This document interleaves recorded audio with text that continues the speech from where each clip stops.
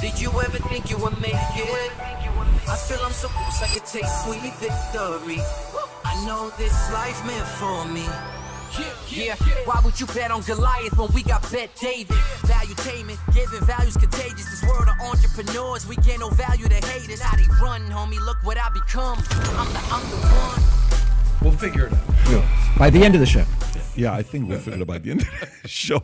2 hours. All right, so special podcast today. We were hoping to do it in March, but we couldn't. But we're able to make it work today.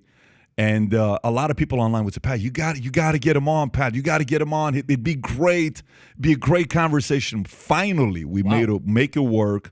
Newly a father of 7 months, which is congratulations to you. Thank you. It's great to have David Pakman on the podcast. It's so great to be here. I'm shocked people wanted me here. They really did, though. I mean, you were getting tagged left and right. I said, I got to get this guy. So I love it. We were talking on Twitter. And anyways, we were able to make it work. So how's everything? How you doing? Everything's good. Good? Yeah. How's it feel being a father? It's weird. It's like completely different and kind of everything's the same. You know, It's weird.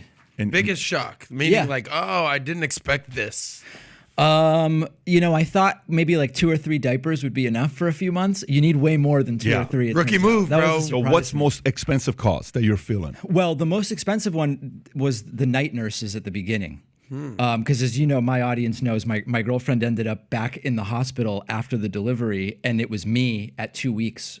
And so I was like, we need night nurses, and night nurses, are not the cheapest thing. Wow. So that was so after that, I'm like, oh, diapers, this is great. Diapers is cheap, yeah. Night nurses. Yeah. That's pretty epic. Yeah. Wait till they turn 1 and you find out how much eggs are going to cost. It's going to be catastrophic. So hang in there. It's coming. Well, she's already on eggs, so it's, yeah. By the way, public PSA, I'm also looking for some night nurses out there. I don't have any kids, but if some night nurses just want to come you best bite your tongue if you're saying you're looking for night nurses. Just want to come in and take care of some things throughout the night, just nurse me down. His interpretation of night nurses are very different than David. David is not in the adult entertainment business. David is not like in, a player. He's just saying somebody that was helping him with the kids. These are medical professionals. Yes, exactly. That's a better way of putting it. That's all I'm looking for as well here, gentlemen. Some mouth-to-mouth. All right, stop it. Let's go. Okay, so David, for the people that don't know, if you can take a quick moment and just kind of give them your background. You got a massive YouTube channel. You got billions of views online. You've done great work. And then maybe share with them what your philosophies are, what you believe in, and we'll get started. So my 30-second backstory, born in Argentina, family moved to the U.S., immigrant, learned the language, public school, et cetera, all of that different stuff. Interested in media, interested in politics. In Argentina, politics is like everything. Everybody's always talking about politics. I'm sure, in your background, it's similar.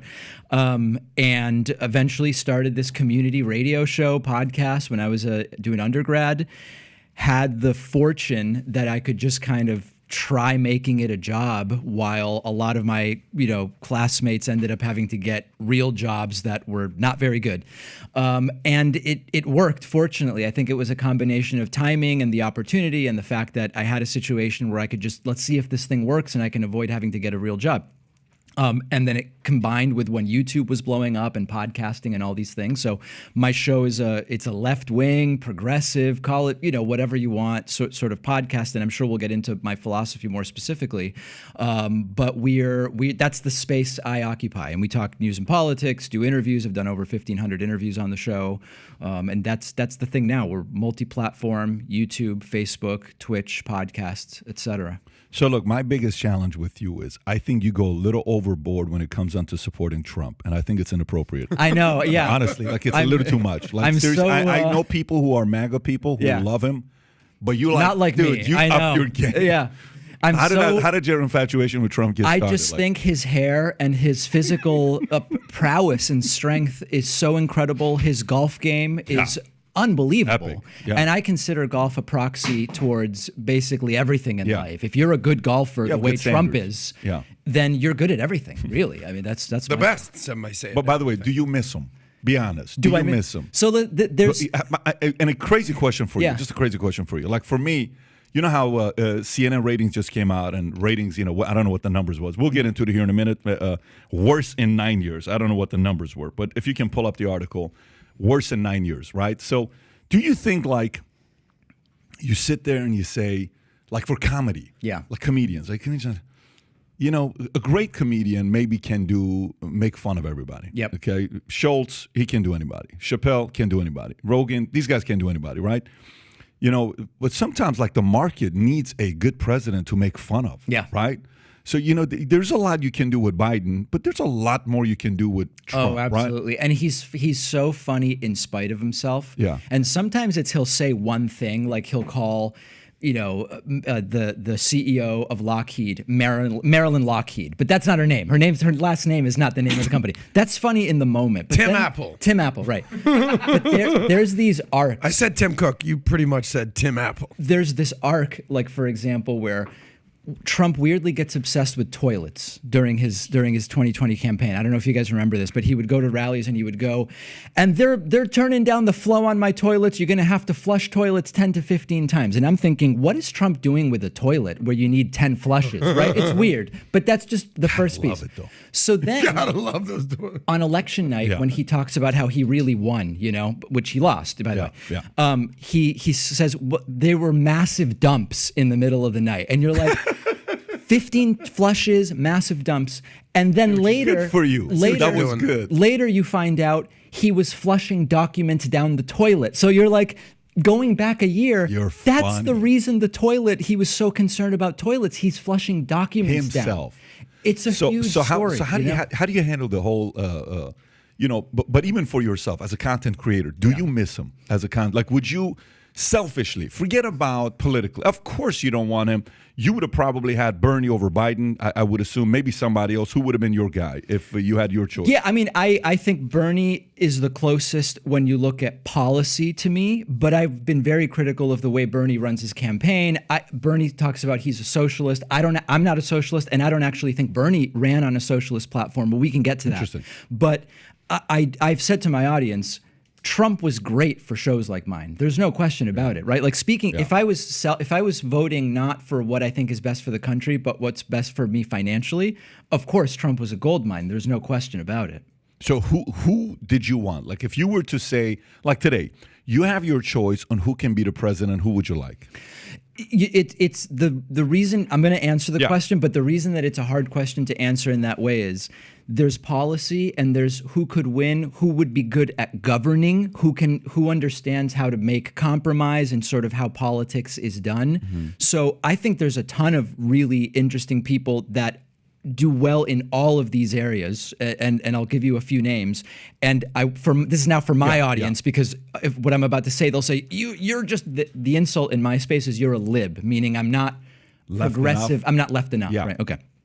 I think folks like it's crazy out there. Lib. Yeah.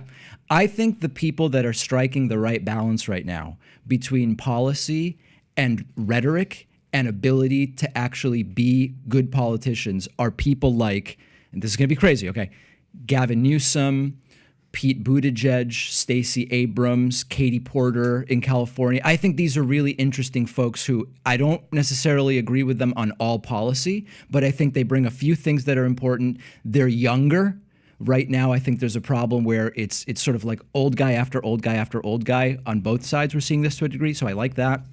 I think they bring some progressive policies that are interesting without really being brandable as being socialists. And I think that that's all really important right now for the left. So what do you like about, so let's stay with who we currently have right now. So today, Biden. Yeah. What's he doing good? What do you think he's not doing good? Okay, so if I were to say here are the things that Biden got done that are accomplishments that are important and things that are worth doing. At a time where I think it was necessary, he did that third COVID stimulus. Remember, Trump did two of them and Biden did a third one. I think at the time it made sense, and he didn't include as much of this, or really any, if I recall, the PPP slush fund, which was so fraudulently used, and now the IRS is backed up on audits in part because they're doing PPP fraud investigation. So I like that he didn't include that. I didn't think that was necessary. Inflation Reduction Act does a lot of interesting things, and whether or not it, quote, reduces inflation is coming down now several months in a row. I love the renewable energy stuff that's in there. I drive an electric car. I've got the solar panels. I've got, My gas stove, I'm even going to get rid of. I'm ready. quiet. I'm ready to get rid of the gas you being stove. sarcastic I'm being or dead serious? serious. No, yeah, I had. You're fully committed. It's not a commitment. It's the induction is unbelievable. Once you actually learn to use it, it's fantastic. I was repeating, the gas stove, you can modulate down to it's beautiful. I've now cooked with induction. It's fantastic. So I'm fully. I think it's fantastic. I think encouraging that. We're not banning gas stoves, of course. I'm exaggerating. I think that's really great. I think getting out of Afghanistan, I think, was the absolute right decision. Many criticisms of the chaos that unfolded. When Trump was asked, how would you have done it differently? He didn't actually have any answer. It was Trump's plan to get out that Biden did a few months later because Trump never got to it for whatever reason. I think that was the right decision. It was going nowhere, 20 years there, et cetera. On student loan forgiveness, I don't know what's going to happen eventually. I'm not a forgive all student loans guy. Some in my audience are like, David, all loans should be forgiven. It's like, no, I don't think so. I don't think that makes sense. But we've had programs like if you're a doctor and you work in an underserved community long enough, you qualify to get those loans forgiven. I think certain programs like that make a lot of sense. So I think that's a good thing. And quite frankly, and this is where, the Trump people email me and they get very mad. If this, not my opinion, if we go by Gallup opinion survey, what other countries think of the U.S., opinion of the U.S. has dramatically improved since Biden replaced Trump. I think that matters. I'm not an isolationist, so I think it's important that other countries respect the office of the presidency. And under Trump, it was a joke, literally laughed at the UN, goes to India, mispronounces 10 Indian names, and the crowd is just leaving. It was a humiliation everywhere he went. So I think that's it's like a soft thing that I think is really good. So the fact that we're no longer feared is a good thing. I don't know where you're getting that we are no longer feared. So you think people fear Biden? What I'm asking you is what data do you have that we are no longer feared? Well, that's what data is not any data to give. I mean, then how do you know it is? Well, the no, truth? but during Biden is when Russia felt comfortable bullying Ukraine. During Biden is even if you look at Afghanistan on the way we left, people on the left were not happy by the way we left Afghanistan. Which people? Even 82 billion. I can give you a lot of different names. Like who? CIA. Who was a CIA guy that we had here who was on Philip Mudd with a Z? What's his name?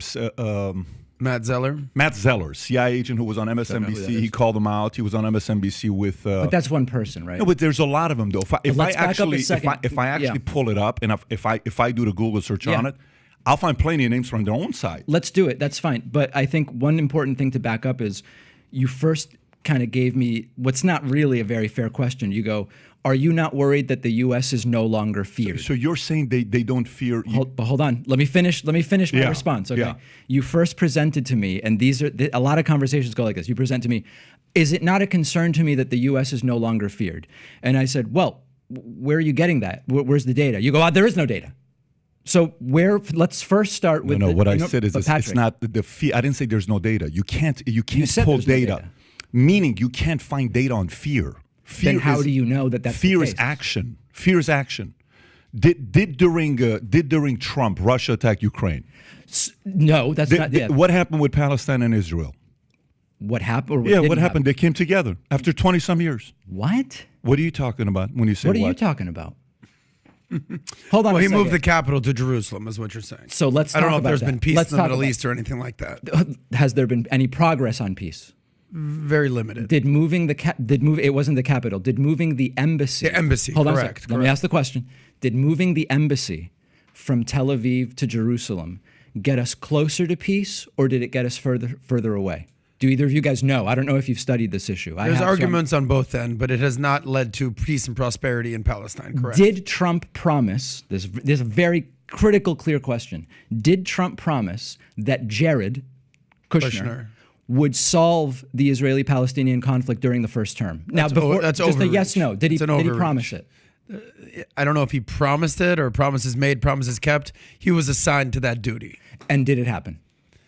What happened? Did Jared negotiate peace? No, but I don't think anybody believed that peace was happening in the Middle East. So it's okay for him to make promises that are obvious lies? But make the argument. Go back to the argument about the fact that America on all polls today is, would you say, liked? What was the word you used? So I think the really important thing when we talk about this is we talk about what we can measure. So the Gallup polling that has been done. So you trust polls? Oh, come on. But that's where we're going, though.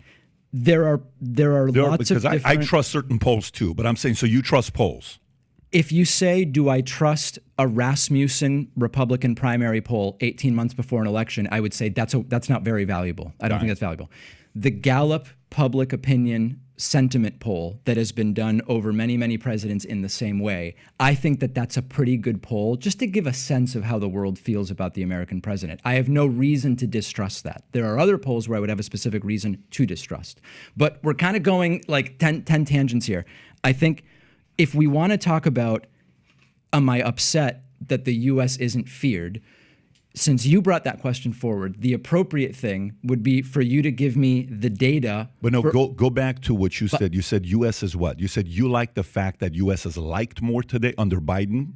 No, I didn't use that term. What was the term you used, if you don't mind saying it again? On average, countries respect the U.S. more now that Biden is president and Trump you is value that. I think it's important because Okay. Can I tell you why? Sure. I think it's important because between trade and globalization and problems we deal with that don't respect the borders of countries, it's important to be, again, it's not about liked, it's not about, it's to be respected globally. I do think that actually matters. So why do you think they didn't like or respect Trump?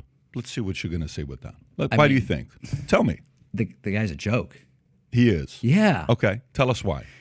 And Biden's not a joke. Well, we can talk about Biden. Oh, because Biden's like the GOAT and Trump's the joke. No. Okay, so I'm critical tell us of why Biden, he's a joke. But I think it's important to say, are we talking about Trump or are we talking about Biden? We can talk about both, identify but let's both. talk about them one at a time. Stay on Trump. Okay, Stay on Trump fair. when he says he's a joke. Tell us why you think he's a joke. Promises made that were not kept that he told us he was going to achieve for us. Let's look at some of them. I'm going to get rid of Obamacare and replace it with, his word, a beautiful replacement where everyone will have care and it's going to be affordable. Okay. Just flat out didn't happen. The one proposal that Republicans made would have led to 24 to 32 million people losing health care. I consider that a failure. I don't think Obamacare is perfect, but it's better than the thing Trump said he was going to bring us. That was just a failure. 2, build a wall across the entire U.S.-Mexico border, which Mexico is going to pay for. It's not even worth having a conversation. I mean, just a joke. Of course, completely didn't happen. Solve the Israeli-Palestinian conflict. No progress made. In fact, to be honest, and this is, if we want to delve into that, moving the embassy from Tel Aviv to Jerusalem got us further from that because it's seen as a sort of a taunting measure if you understand the internal politics of what's going on there. Was going to, made some space travel promises. I mean, I can't think of promises he made that he did keep other than, I guess he was going to do tax reform and he did tax reform. So as a policy matter, a complete and total failure. I do think maybe the First Step Act on criminal justice reform did some good things. I'm sort of glad to give him credit on that. But so, on policy, failure. And then, on rhetoric, we could spend 3 hours just looking at quotes. So I'm curious to see exactly how you think now. So Yeah. If COVID doesn't happen, does he get reelected? Yes. Why? Well, because his followers don't care about policy. I interview them all the time, and I say... His followers don't care about policy. They don't care about achievements. They care about Hillary bad, Hillary Marxist, Hillary socialist. You think Hillary's good? Did I say that? No, I'm asking you. Oh, no. I don't think Hillary was a good candidate, and she's to my right. No, I don't think Hillary's good, but I thought she was better than Trump. She's to your right. She's to my right. Yeah, Hillary So is she'd a be very... a moderate, conservative Democrat yeah. in your world. Yeah. Got it. I mean, give me a left-wing Hillary policy, like a really left-wing Hillary policy. I couldn't tell you, but that's Exactly. There is none. But it's not the point. But you're saying you would much rather have a Hillary than a Trump. I would rather. Okay, so go back to Much rather, I don't know. So go back to he gets reelected. Why? Because his voters could care less about policies. They That's what you're couldn't saying. care less. Fine, no problem. So, but we both know that it's not the right that elects him, and it's not the left that elects whoever on the left. It's whoever's in the middle Not true. the 8 to 12% that kind of says, you know what, I'm going to go this side, this time around, or versus more people come out for, their candidate, meaning a lot Not of people really would true. come out for Obama. Okay, so explain yourself. What it actually more depends on is who chooses to go out and vote. It's less about, there's often this idea in politics, and there's lots of people who are really good on this issue that you could talk to, Rachel Bidikofer and even Frank Luntz, even though he's partisan, I think he would concede this as well. He's on the right. Pollster, you mean, Yes. Frank Luntz, yeah. The idea of the swing independent voter that sometimes on presidential elections will vote for a Republican and sometimes a Democrat, very, very small percentage of people. More common is that a candidate either activates people to vote or those same people just stay home. In the US, we have an embarrassingly low voter turnout. It's between usually 52 and 60%, I think. So almost half the electorate isn't even voting. It's less about people who vote one way and then another way. It's more about people who say, I'm just going to stay home versus I'm going to go out and vote. If they vote, it's clear. So you're saying that the middle voter doesn't matter at all? No, I didn't say that. So what are you saying then? I said they matter much less than who is partisan chooses to vote. But or it's to stay fair home. to say that, okay, if he continues, and there's no COVID, he would get reelected. And do you think let's specifically target the middle? Forget the people on the side that would show up. Well, okay? but why? That's the question I want to do with you right now. So if we specifically focus on the middle, the independent, the libertarians, would they have chosen to stick with Trump, or would most have wanted to replace him with somebody else? It's a polling question. I don't have the data. Well, you're the poll guy, so I'm asking you. I don't have the data in front of me. Okay, I'd be curious to know. So but you're also correcting me to say that's not true. That's the middle and the independents that didn't elect him. You're saying it's who showed up that elected him. As a general concept, Right. Elections swing less based on independents who sometimes vote Republican and Democrat. That's a small factor. A bigger factor is, are voters activated by their candidate, or are they deactivated where they go, I don't like this person, but I'm definitely not voting for that one. I'll stay home. Isn't it a bit of both, though? It's a bit of both. Because but what we I'm all saying is saw it's what more happened in one the than Rust other. Belt. We've seen countless stories about, I voted for Obama. I'm not racist. I voted for Obama. What are you talking about? I voted for Bush, then I voted for Obama, and then Trump showed up. He made some promises. He was in the Midwest. He was out there. He was reaching out, touching hands. Hillary was too busy in New Mexico and Arizona.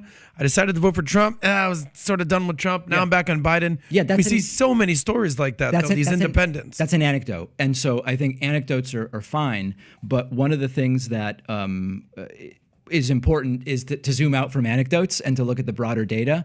And the other thing that's important is a lot of that cross-voting, it cancels each other out because you see roughly the same amount from one side versus the other. And what I mean by that is there was, if you look at the crossover in 2016, the number of Democrats who decided to vote Trump in 2016 was very similar to the number of Democrats who decided to vote McCain in 2008. So it's a roughly predictable number. You're talking about Democrats who have switched over. I'm talking about just there's legitimate independents. I'm giving you just one example of this: people who go either way or whatever. It's relatively stable and predictable, so it's rarely a difference maker. That's my only point. And we can anecdotes all day. Jim Bob's wife decided to vote Hillary or what. That's totally fine. But let's do data because you're a data guy. Yeah. So if you're a data guy, tell us when you're saying it's not necessarily that the middle would have had Trump. Yeah. Would he have needed the middle to get reelected in 2024, in 2020? He would have needed roughly the same percentage that Republicans tend to need. Trump suffered because on the COVID thing, would he have gotten reelected? It's not only if COVID didn't happen, Trump probably would have gotten reelected.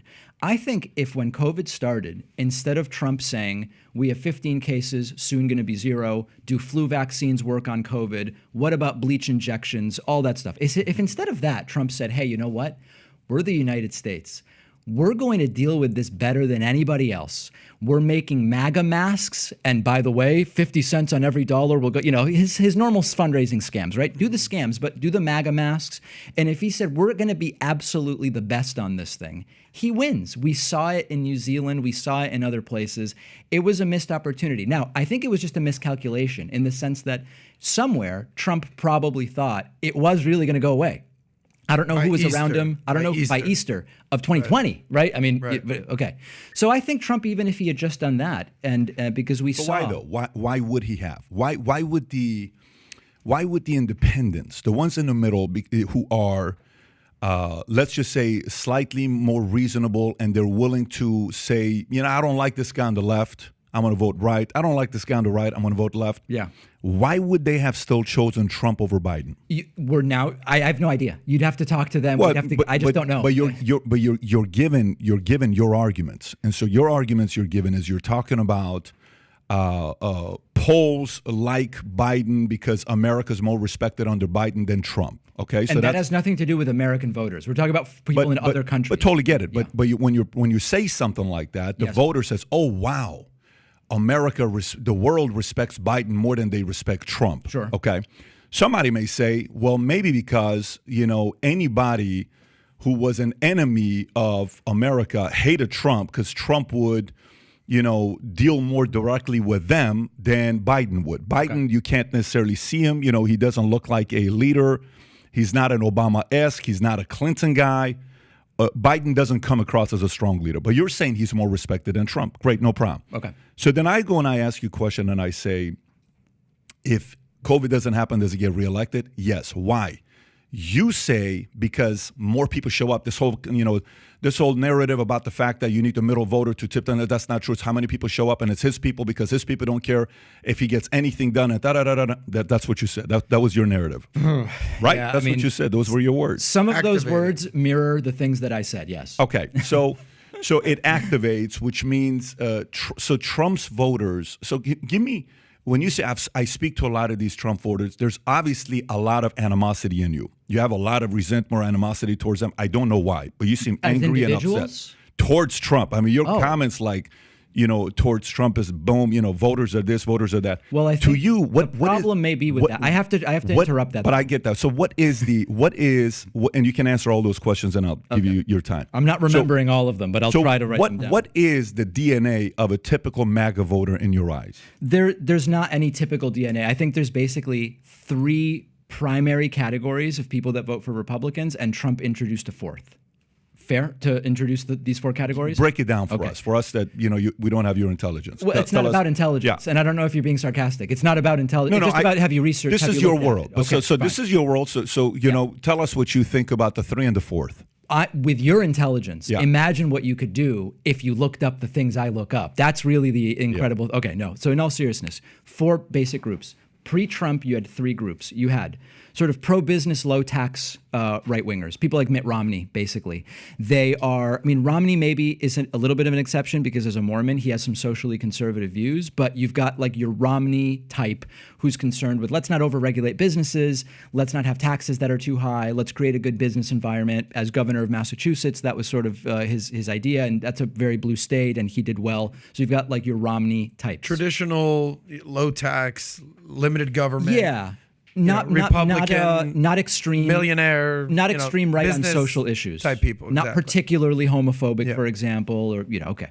Then you've got your more libertarian-minded people. I found it interesting when you said you're independent and libertarians. In the U.S., libertarians are mostly right-wing, and they mostly vote for Republicans. So then you've got your very libertarian-minded people whose focus is that. We want just as much freedom to do as much stuff as possible. It often includes freedom to discriminate if I don't want to do, like a gay wedding cake. That you've got that group.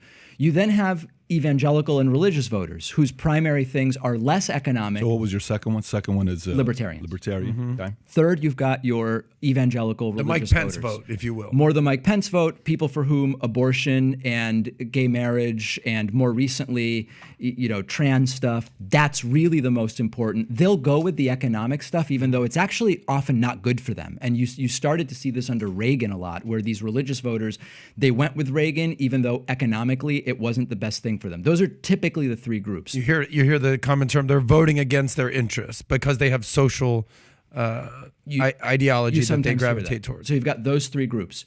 Trump had all of that. Mm-hmm. The early Ted Cruz support in 2016 is that 3rd group, that evangelical. That eventually went to Trump. Trump coalesced these groups because they really weren't going to vote for Hillary.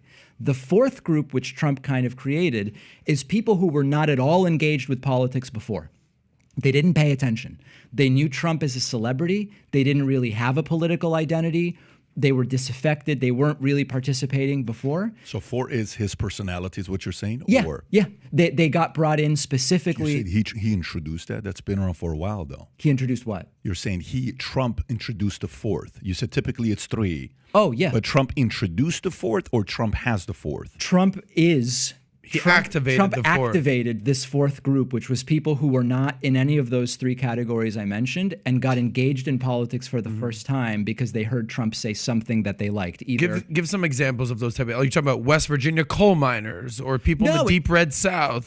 They were from all over, but it was people who liked that Trump was going to fix trade with China. A lot of them didn't really know what that meant, but it sounded pretty good. Maybe the person had lost a job. They came to believe it's because of China that I lost my job. That sounds good. Or people who are on immigration, they're like, the wall. Of course, you and I know you're never building a wall. Never mind, Mexico's going to pay for it. But there were people who liked the idea, never were in politics. Like, no, it sounds good. I'm voting for Trump. So he brought in this 4th group. Mm-hmm. Okay, so the 4th group, to be exact, it's his personality that people were turned on by the way he was. Could be personality, but it could be that there was one thing he said that they really liked. So let me ask you a question. Is there something wrong with that? I'm curious. Are you going to a place where there's something wrong with that, or? No, it's not about right or wrong. Yeah. It's a question of whether any of us think that the policy motivations for any of those groups align with ours. Somebody may say there's a lot of people that showed up for Obama just because he was black. Sure, they can say that. I don't know. I mean, I don't know. But Is what do that you mean? true? You don't think it's true? Of course, in a country of 330 million people, there are going to be some. No, but you said you don't know if it's true. It's like, what do you mean you don't know if it's true? I don't have any. You don't have any data? You want to get data to say people showed up that they just because they're black? There's exit polling on most of these issues. We might be able to find it right now. You know. No, it's you know. I think it's fair to say people voted for him because he was a cool black I cannot even tell you how many people. I knew Republicans who were voting for Obama in the insurance industry just because, like, listen, man, the first time this guy talks like MLK. You know, he sounds reasonable. I'm going to vote for the guy. There's a lot of people that came out with him. So somebody may say, well, you know, the reason why Obama got elected because he's got the 3 difficult things when he talks to the Democrat, but the 4th thing is he was black. Okay. And are you going to say what? I would say, yeah, I'm sure that there's a portion of people who vote based on that. So you're saying the DNA of a Trump MAGA voter who looks past policies. So you're saying on the 3 policies he didn't check off the 3 policies here, the 3 points. You're saying that. I'm saying he didn't build the wall, or I'm not. No, so let me take a step back with you. Please. So I'm asking you a question, and I said, so tell me if you're saying he's going to get reelected without COVID. You're saying he would have gotten reelected. I think he would have. Perfect. And then you said your words. You said something in the context of, you know, because I think the MAGA voter is not about policies. That's what you said. A lot of that 4th group, yes, is not about overarching accomplishments, or like I'll give you an example of what I'm talking about, and maybe it'll help to distill it. I got a call at some point during the first term of Trump from a guy who said, I'm voting for this guy. This guy is just the best. And I said, oh, okay. What do you care about? How are you evaluating his performance to decide if you're going to vote for him in 2020? Like, I'm curious, how do you decide? He said, well, I care about the wall. So he's got to build that wall. And I said, perfect. If he doesn't build the wall, are you still going to vote for him? And he says, well, yeah, I'm not going to vote for a Democrat. So I said, oh, so it doesn't actually matter if he builds the wall. The same with you as well, though. There's no way you're voting for a Republican either. Would you vote for a Republican? Sure. Yeah. If I have you ever voted for a Republican president? No, I mean, I've only voted in a few elections. Yeah, but hold on a second. But you're 40 years old. You're 1984, so I'm 38. Please. 84, 38 years old. 38 is still, you've had plenty of elections. Let's back up for a second.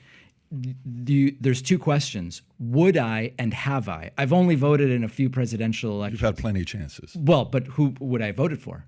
I was going to vote for George W. Bush in 2004.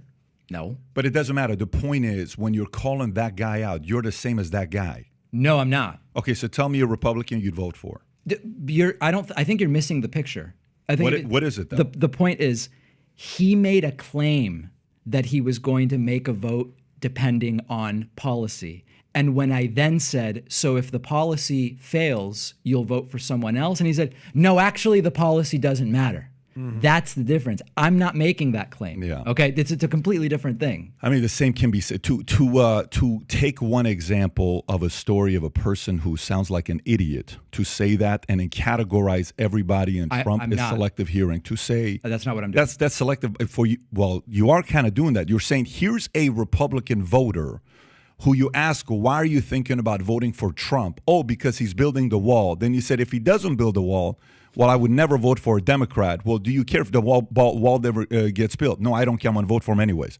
Well, that doesn't sound like a reasonable voter to me, though. That's right. He's not a reasonable voter. Well, the reasonable voters to me was also, if you were to ask the average person who voted for Biden, Sure. they didn't vote for Biden. Okay. They voted against Trump. Okay. Do you disagree? I'd have to look at exit polls. Is Okay, that true? so is that where you go to? For something like for that. a guy who, if this is your space, Yeah. what's your podcast about? What is it about? What's your show about? News and politics? You should know this stuff. You're the expert. I brought I just you don't here. remember that offhand. How Let's do you find it but, right now. But, I mean, but let's this look is it your up. world. Like, if you ask me questions on business, I'm going to say, Yeah. let me give you my feedback on what I think about business. Yeah. You invite me on your podcast, and hey, Pat, I want to talk about Yeah. business. Let's do that. I have no problem with it to do No, that listen, part. here's But what the- I'm saying to you is, if you're coming here Yeah. saying what you're saying, Sure. and then I ask you a simple question of, so the same thing can be said about people that voted for Biden. Yeah, I'm going to vote for anybody. Dude, nobody would show up when Biden would speak. Did you not see his tour when he was going campaigning? Patrick, you're not really doing this, are you? Tell me, you're doing this? I'm actually curious where you're going to go now. What's Biden wasn't even doing events where, I mean, this is the Biden one from the basement thing. Yeah. I have a counter to this entire, and I want to just be really clear. I don't really care about defending Biden in any particular sense. I just think he was the better option than Trump. I feel like I'm being framed as this Biden lover who's going to defend everything Biden I'm not did. doing that. Fair. You may be thinking I'm not doing that to you. I'm asking. What I want to say about Yeah. this is, Can is you the pull up following. Biden's rallies when he was running for president? Go ahead. Let's see the pictures. But go ahead. Biden didn't do a campaign the way Trump did it. And the funniest thing to me about Neither has anybody done it like the way Biden's done it. He hid. Well, but hold the guys. this was during COVID, though. Yes. Let's back up for a second. Look how beautiful that is. Well, that's These are because COVID it's rallies. COVID. Oh, He- stop it. Patrick, You gotta be can I kidding tell me. you Big something? Pat, though. This is really the. You're the height telling of me COVID. you're You okay, seem silly so when you do here's this. here's what I'm willing to do. Here's what I'm willing to do. Please. I'm willing to give him Yeah. $1 million of my own money right now to go try to fill up an arena. For what? What's the point? Oh no. To show that nobody is inspired by this guy. This is so not, silly. No, This but is what's serious, silly is for you to assume people voted for Biden. They voted against Trump, is what they did. Many did. Yeah, sure. Yeah, I'm saying- but you just said. I said I don't 5 know what the minutes- percentage is. But All I'm that's- saying is I don't but know it's the your percentage. world, though. This is like if you're gonna sit here and sell, talk about how bad the Trump voter is, and let me tell you, these people, all they care about is his personality for it, Patrick. outside of the taxes and all this other stuff. And then I ask you a question, I say, so why did people vote for Biden? Many of them voted because they just didn't want Trump. Yeah, I don't know the numbers on that. You should know those numbers. What? I just don't know that offhand. I mean, we can look it up. Why do I need to memorize? Can that? I make a quick point? Can I just get? Yeah. There's just one thing I want to say here. Yeah. Go ahead. This entire Biden hid stuff. It's such a self Hit or hit? hid Okay, in his yeah. basement. Yeah. Because when you talk about the He pictures did got- though. He hit a lot of times, but Can I get a statement out? Okay. If I were on the right, I would stop saying that because it's embarrassing to Trump that he lost to a guy who hid in his actually not. basement. It's not. That's the crazy dude, thing. your I would president, stop your talking guy, about that. Joe Biden, is the greatest hide and go seek champion of all time. That's Wait, who hold he on a is. sec. When is he not? He's not your president. He's my president. Oh, but okay. but He's our president. But he's your guy. He's the In guy what you're sense? defending. You're defending him right now to say Only that he's better than Trump because you're making me do this. the only reason that there's no way even the liberals today are not saying he's better than Trump in executing or taking action or doing anything. Let's find that- The find that only poll. the Where's that only poll? credit. Well, at this point, you've lost credibility to talk about polls because you don't even know what you're talking about when you're saying. Well, I don't know if the people were voting against Trump. Let's find a poll. So if you can't agree I said to that I don't part, know how many. Of course they were. it's not just course how they many. were. It's if you go on look at any of these people who were doing what do you call it? Street.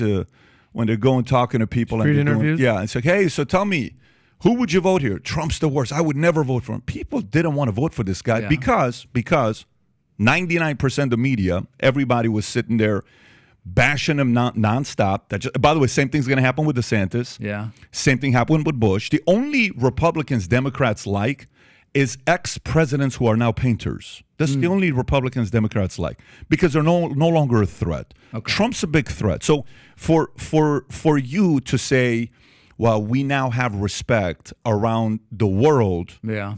I don't even know if I want that. I think if there's an element of competition, because I think if China has to choose between Trump or Biden, and China would rather have Biden, that's probably not a good sign for me. Okay. Is it a good sign if Russia wants Trump? I mean, this is kind of a silly game, right? No, but Russia is not our number one enemy. Russia doesn't control 80% of chips. Russia is not as powerful as people think they are. They have a lot of nukes. They lead the world. Totally get it. But we're seeing right now what's happening to Russia. Russia is more, they're powerful. You got to put them up there. They're strong. But China is really, really strong in experience. China hates America. China doesn't, they've publicly announced what they're going to be doing. You know, there's a very big difference between China and Russia. And by the way, I'm not sitting here telling you we got to be best friends with Russia. But if China likes a president over another one, that is a red flag for me. Yeah, it's not rare as a view on the American right that is generally, who cares what other countries think? I would almost rather they hate us. That's really common. I didn't say that. No, I'm not That's saying what you were did. saying. I want to see a poll on that. Do you have a poll on that? Not offhand. Then but how could you say, why, do you have a poll? Give me a poll. Patrick, But no, give me a poll because that's an anecdote now. we can use this to stop any conversation. But you're hold on a doing second. that. But that's what you're doing, you though. just did it with But the polls about but liberals you're the no expert. longer like You're the Biden. political expert. I'm Oh, not. come on. This You're is the so political silly. expert. What you This just is did, so no, silly. you're being silly. So I'm giving you exactly what you've been doing for the first 30 minutes. Now it officially bothers you. No, it doesn't bother me. I think it's silly. I think we don't get anywhere. But wait a minute. But what you're saying is that if the argument you give, I said, show me a poll. Yeah. Show it to me. You can't do it. There's a difference between you what? saying that there's a specific opinion among voters that they were motivated by a Stop it. particular reason. You- we have polling on that. You like we just to- have to find it. You We like could you find it like on this you page. like to use that, but not when it works against you.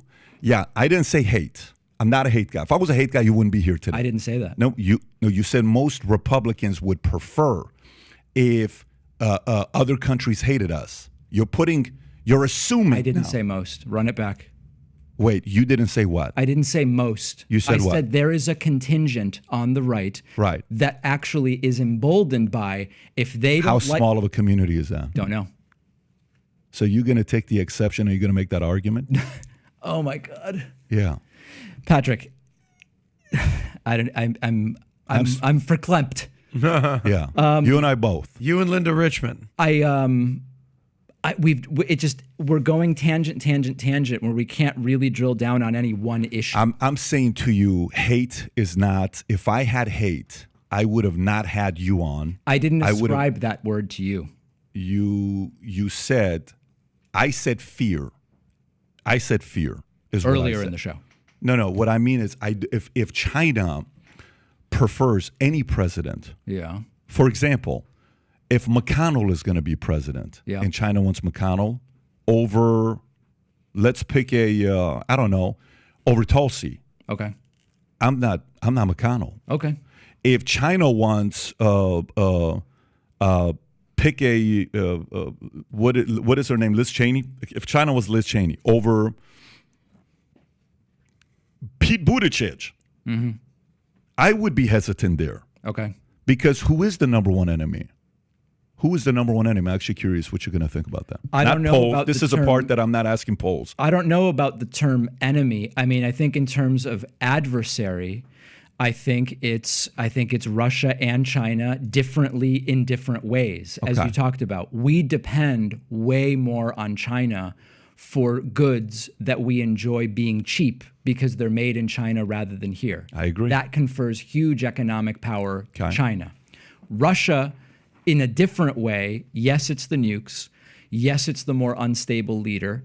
It's also alliances with countries where Russia's involvement can goad or pull the United States in ways that are both resource intensive and politically disadvantageous. So I think those are the which two countries? Give me. I mean, there's the Afghanistan situation. You could argue Russia. I mean, with Venezuela, there's issues there that are more economic, relating to oil, which we've talked about. It's less about products and it's less about supply chain with Russia, although with energy, Russia is a factor. But I think those are our two biggest adversaries. I don't know if the right term is enemy. I'm open to exploring whether that's the right term. Certainly adversary is the right term. I think I'm on the same page with you on whether it's adversary or enemy. Yeah. You know, keep in mind, I've never taken anything past ESL in my English. So the word enemy and adversary may have the same meaning to me, maybe a different meaning for you. Fair. It's opposition is how I see it. But I agree.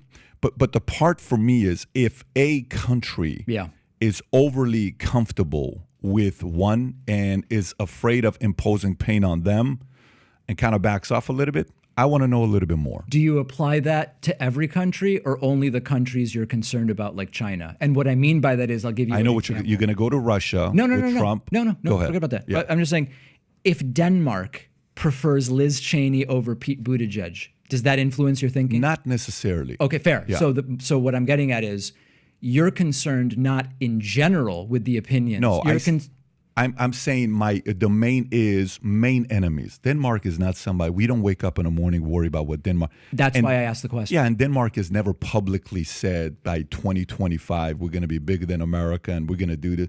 They've never said that. There's only a few countries that have said that. That's Denmark's fair. not one of them. So it would be fair then just to say, your concern is not so when I say, hey, you know what? Spain, Portugal, Italy, France, UK, Argentina, Chile, Colombia, I give you those. They respect Biden more than Trump. That would not be a concern to you because they aren't the adversaries you're concerned with. No, I'm curious where you're going with this. So, No, nowhere. I'm just. Okay. No, I have no hidden agenda. All I'm saying is this. Like, here's what I'm saying. Let's just say, for example, let's say, I don't know, SBF, Sam Bankman-Fried. Yep. If he got up on the pulpit and for 30 minutes said great things about you, and then you got up and said 30 minutes good things about him, I'm a little worried about you. Okay?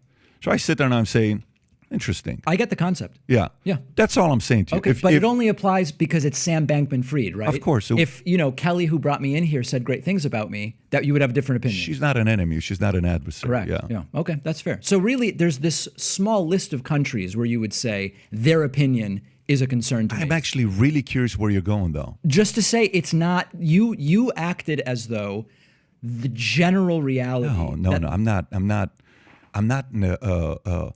I'm not sitting here putting everybody. I'm telling you, top enemies. Okay, so who's the third? Who concerns you the most at third spot? I'm not sure. I mean, you could make the case that there's a view that it would be one of the so-called socialist communist nations like North Korea.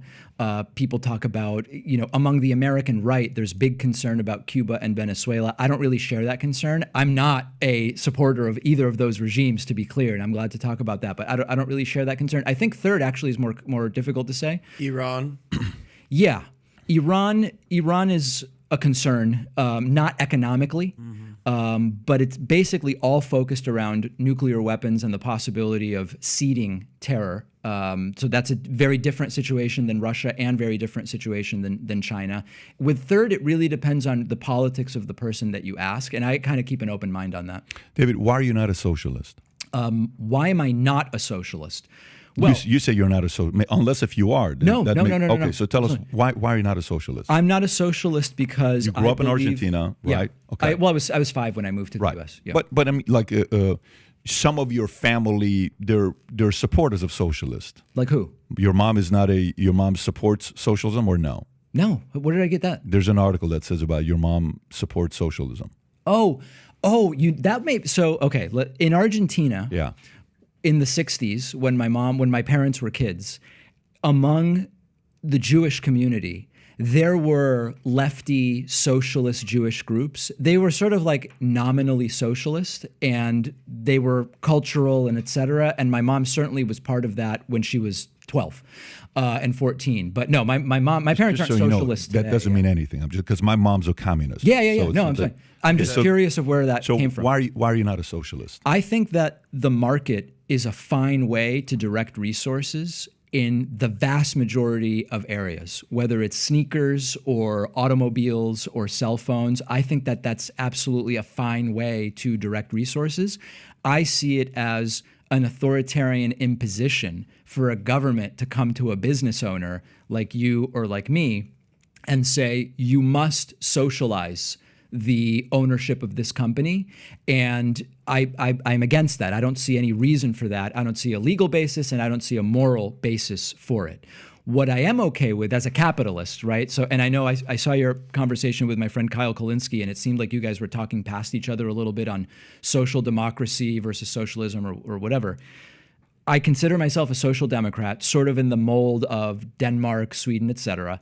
Those are capitalist countries that have decided to socialize a couple more things than we've socialized in the United States. That's really the difference. And it's capitalism. It's a form of capitalism. Capitalism to make the money, socialism to spend the money in a lot of these countries. No, I mean, I think that's a common talking point, but maybe to distill it in a way. Are we all okay with socializing the military? Are you cool with that? Like, in other words, we use taxes. So then let me ask the question a different way.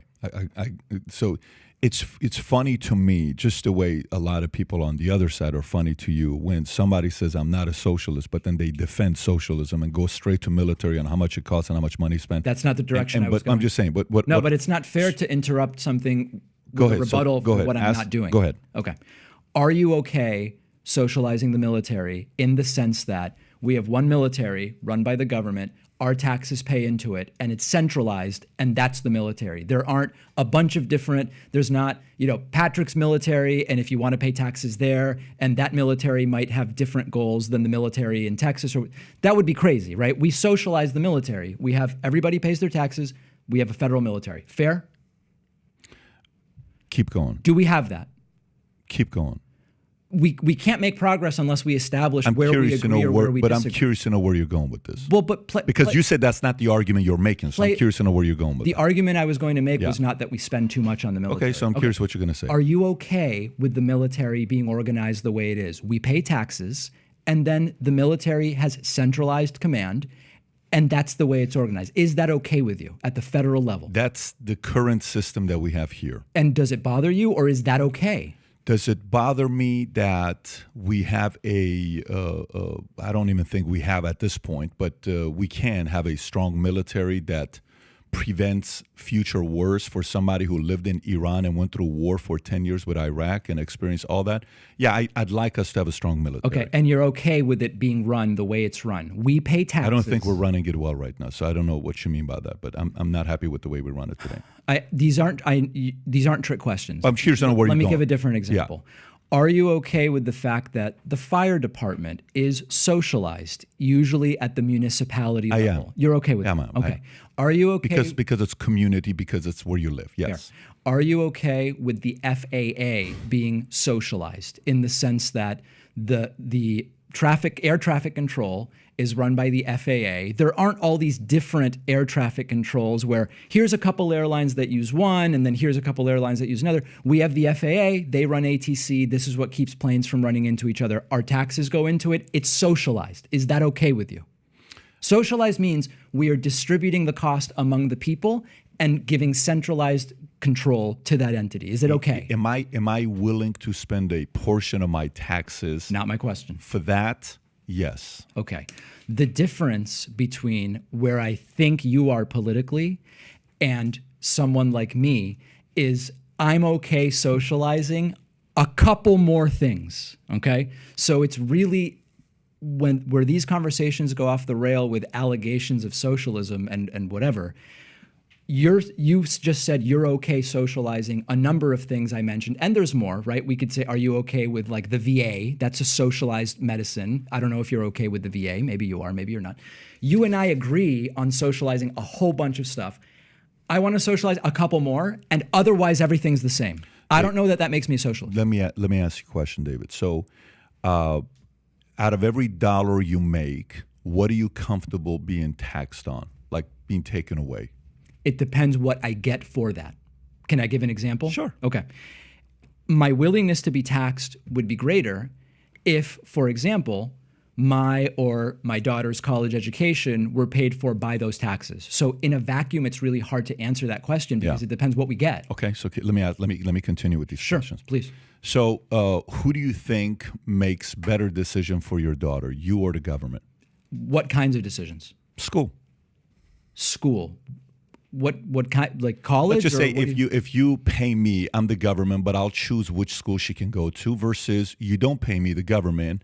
You take that responsibility and you get to choose to send your daughter to what school she wants to go to. What do you mean the government chooses? But I'm giving you those options. So meaning the government says these are the schools that will pay the tuition for. Okay. You're talking college and university? I'm talking college and university. Okay. Yeah. So I'm assuming that's what you're talking about. You're talking public school. I didn't know which direction you were going. Yeah, but go back to when I asked you the question. I asked the question. I said, so what percentage of your dollar are you willing to be taxed on? Yeah. Not taxed on, just taxed. Yeah. And you said it depends on what happens with what I'm paying for. Yeah. Right. Kind of what you said. Okay. Sure. So do you think? I mean, is that logical? Do you agree with that, at least in principle? Do you? Well, I think you have a good brain and a good mind to make better decisions on what to do with your money than the government can. No, but before we go into the specific education, Yeah. because I'm trying to find points of agreement here, because I actually don't think we're really that far apart on a lot of these issues. Are you of the mindset that, just hypothetically, are you okay paying more in taxes if the taxes include fire, police, roads, bridges? Are you generally just have you ever lent anybody money? Yes, but you're not answering my question. But I'm going to answer to you. Okay. This is my way of answering. You have your way of answering. I'm going to answer you the way I'm answering. So, have you ever lent the same person? Have you ever lent money to somebody a good amount and they never paid you back? Fortunately, not. Okay. Yeah. Cool. Well, guess what? Yeah.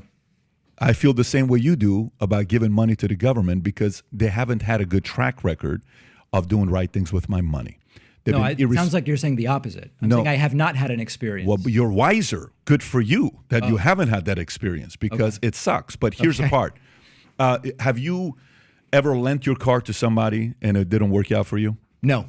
Never happened to you? No. I have leases and I just tell them, listen, I'm the only person who can drive. I don't even know if that's true. I just say my insurance won't cover it. Have you ever allowed somebody to borrow anything from you? Yeah. Have you? Yes. Okay, give me an idea. Something, anything. Something like that they broke or something like Whatever that? you lend somebody. Oh, I'm trying to remember. And people don't really ask me for stuff very often. Like this is a serious question here, man. Like the world is relying on you giving the right answer. What have I mean, maybe when I was like 14, I lent somebody a Discman and they did. Are you a video game guy? Are you a gamer? Not really.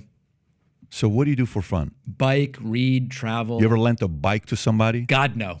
So you may not be. No, I've lent a bike. No, I've lent a bike. Okay, Yeah, I've lent my bike. so have you ever lent a bike to somebody? Yes. And they jacked it up? No. You've never had that happen? No. Then you're living in a freaking utopia. That's why you don't understand economy yet, maybe. I have undergraduate and graduate degrees in economics. But that's concerning as well. Yeah. I mean, that probably means I know less in your mind, well, right? no, not necessarily. That just means you programmed. It's a different story to think in one way because that I disagree with you. But that part is true. A lot of it with current education. I was programmed and then deprogrammed. Well, when you got 13-1, that's a true monopoly of professors on the left to the right. That's a pure monopoly. But let me go back to the question. What I'm asking, you asked me the question: are you comfortable?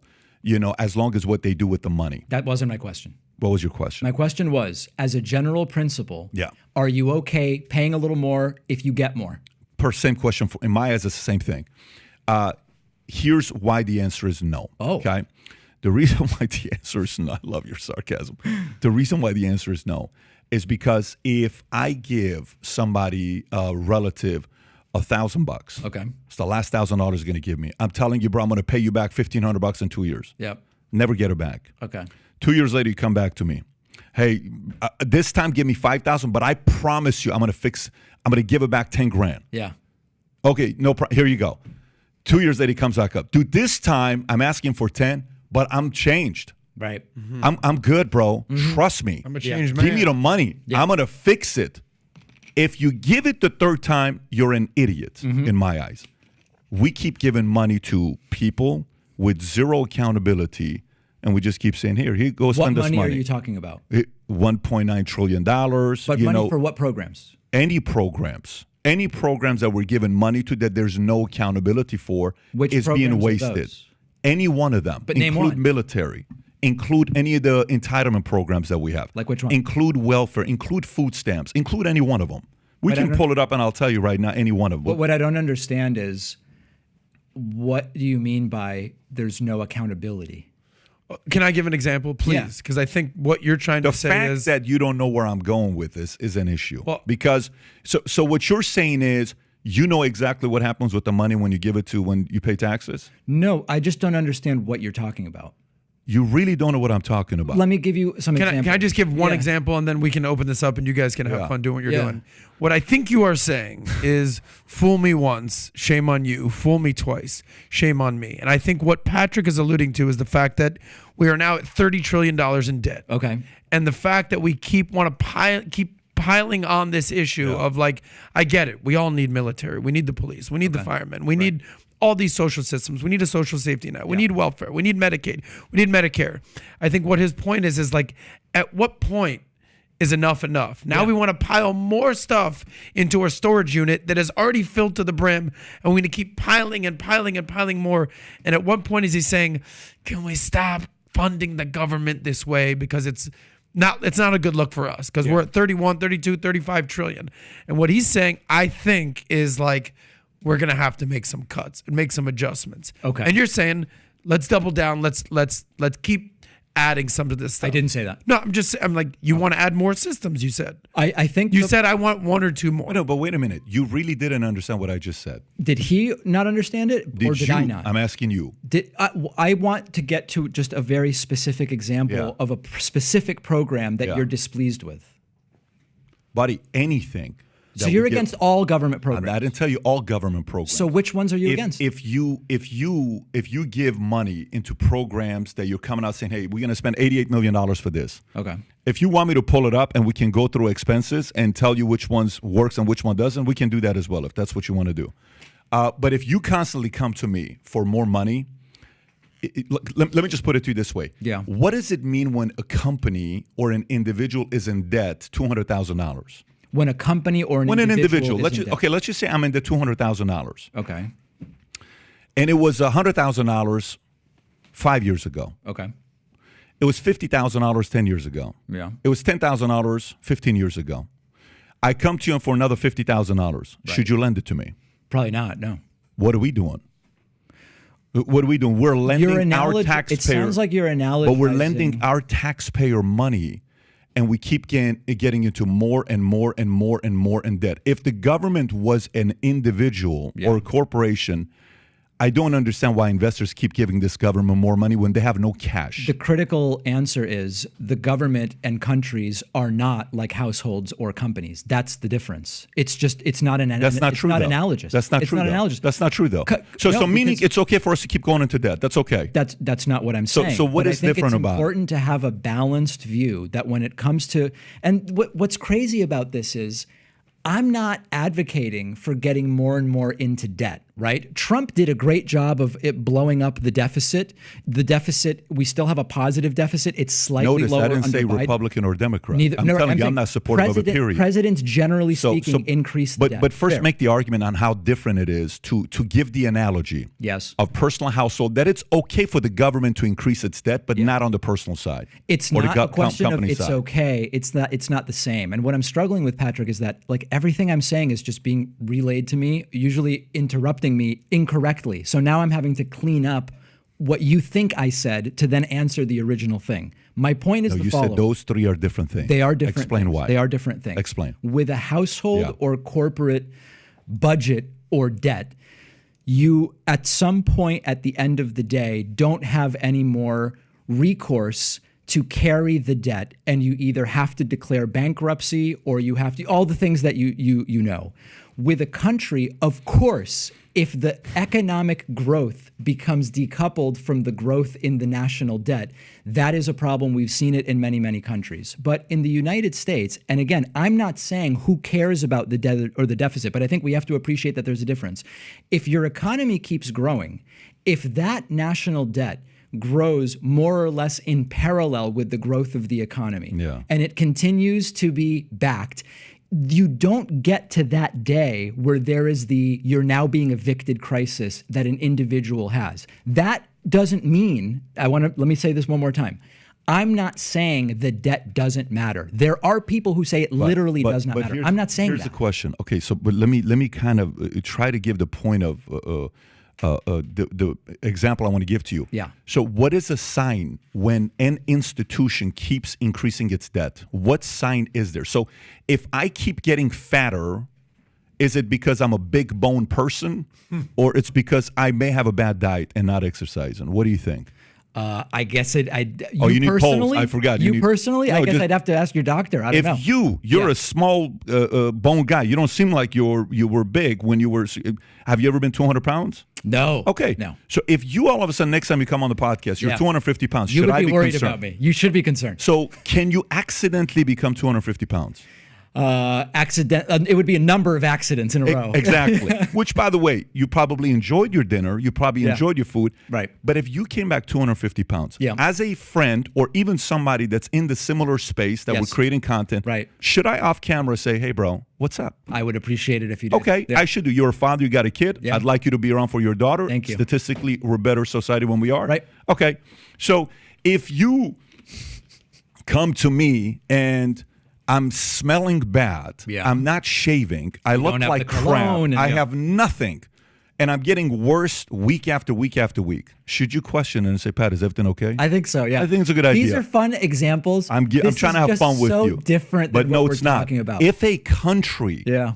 keeps increasing its debt Yeah. year after year after year after year after year, Right. should we not be concerned? We should be concerned about whether we're spending money in the right ways. We should be concerned about whether we're But let's collecting the give right them amount another of tax. $1.9 trillion. I'm not saying that. That's the thing. You know, I don't. But I'm you not- are saying that because you said the only difference when you went to your example of military Yeah. and you wanted me to say yes, and you said, look, I'm not a socialist because I think this. And he said, the only difference is I just want 2 or 3 more programs. And what I'm saying is we can't afford it today. Okay, that's maybe fair. in 20 years. But do you are you, and I worry that I don't know if you think I'm talking in bad faith or if you maybe don't understand my political views, but I think differences that are actually much more subtle than you think they are being blown up as if there's this crazy difference here about what's going on. We're definitely using different rhetoric in this conversation, but I don't know whether we're actually understanding each other really that well, because I'm with you.